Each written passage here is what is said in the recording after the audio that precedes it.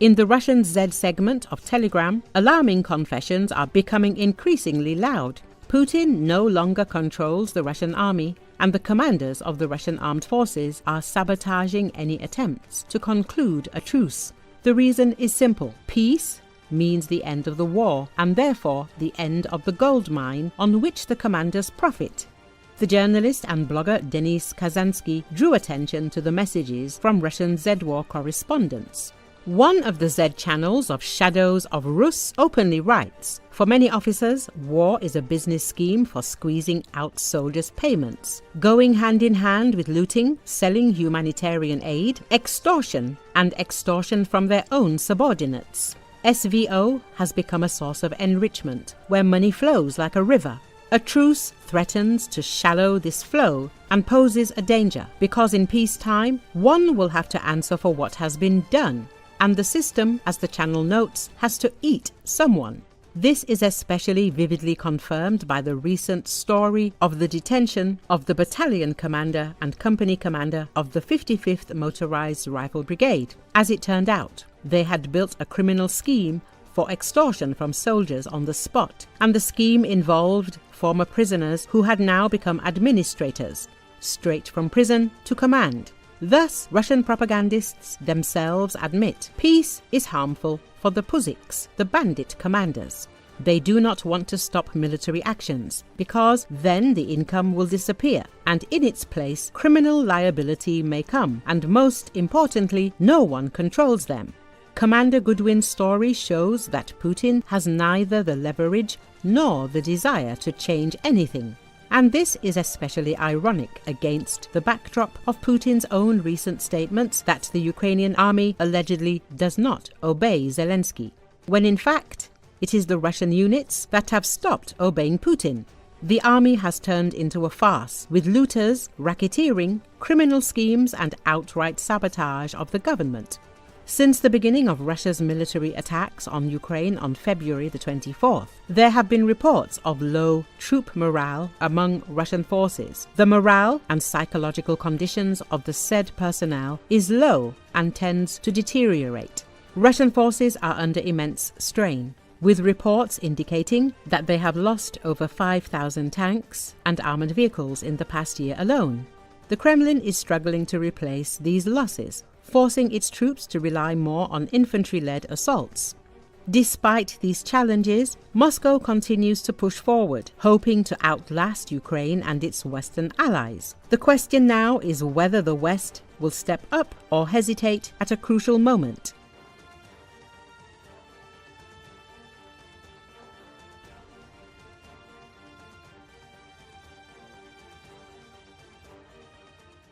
Defense Secretary Pete Hegseth created another signal messaging chat that included his wife and brother, where he shared similar details of a March military airstrike against Yemen's Houthi militants that were sent in another chain with top Trump administration leaders.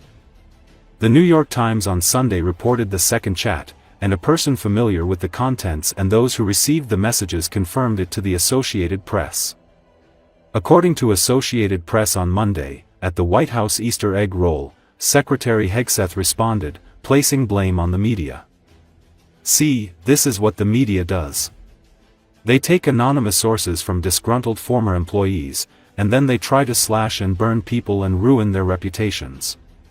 Not going to work with me because we're changing the Defense Department, putting the Pentagon back in the hands of war fighters, and anonymous smears from disgruntled former employees on old news, doesn't matter," Hegseth said.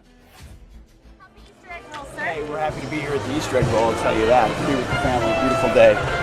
And President Trump is changing the country. And he's creating opportunities for families all across America to better their lives. And that's what Make America Great Again is all about. So. What do you want to say, sir, about the signal chat controversy? You know, what a big surprise that a few leakers get fired and suddenly a bunch of hit pieces come out from the same media that peddled the Russia hoax. Won't give back their Pulitzers. They got Pulitzers for a bunch of lies. Pulitzers for a bunch of lies. And on hoaxes, time and time and time again. And as they peddle those lies, no one ever calls them on it. See, this is what the media does.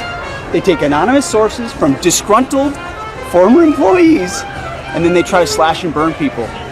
and ruin their reputations. Not going to work with me, because we're changing the Defense Department, putting the Pentagon back in the hands of warfighters, and anonymous smears from disgruntled former employees on old news doesn't matter. So I'm happy to be here at the Easter egg roll with my dad and my kids, because this is what we're doing it for. These kids right here.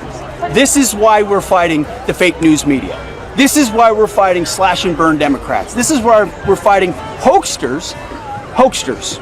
This group, no, this group right here, full of hoaxsters that peddle anonymous sources from leakers with axes to grind, and then you put it all together as if it's some news story. And when we know it, we know exactly what it is. So I'm really proud of what we're doing for the president, fighting hard across the board, and I'm going to go roll some Easter eggs with my kids. Thank you very much. Have you spoken to the president? Have spoken to the president, and we are going to continue fighting on the same page all the way. Let's go. A Russian prisoner of war has revealed that his drunk commander used to send units to slaughter and tie misbehaving soldiers to trees, leaving them to face death by Ukrainian drones. The 19-year-old hostage said his commander, named Volkodav, often got drunk and gave conflicting orders, which resulted in Russian soldiers coming under mortar fire.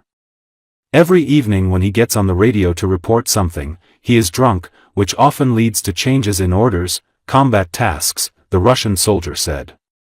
The POW explained that at one instant, his commander threatened to tie people to a tree and leave them there until Ukrainian drone kills them. The Russian prisoner of war also explained that he has heard stories of soldiers being executed by his commander, although he hasn't seen that himself. There have been growing incidents of arbitrariness within the Russian army, with reports emerging about execution and mistreatment of soldiers by their commanders. На данный момент находится в лесах, в подземках бронированных. Его плохие привычки — это алкоголь каждый вечер при выходе на связь, допустим, доложить что-то важное и так далее, он выпивший. И из-за этого мне часто меняется задание. Боевые задачи, точнее. И одной из задач мы направились на выполнение боевой задачи в точку, докладываем, что прибыли, он говорит, что типа я вам такого ничего не говорю, возвращайтесь обратно. В итоге попали под минометный обстрел, слава богу, раненых не было.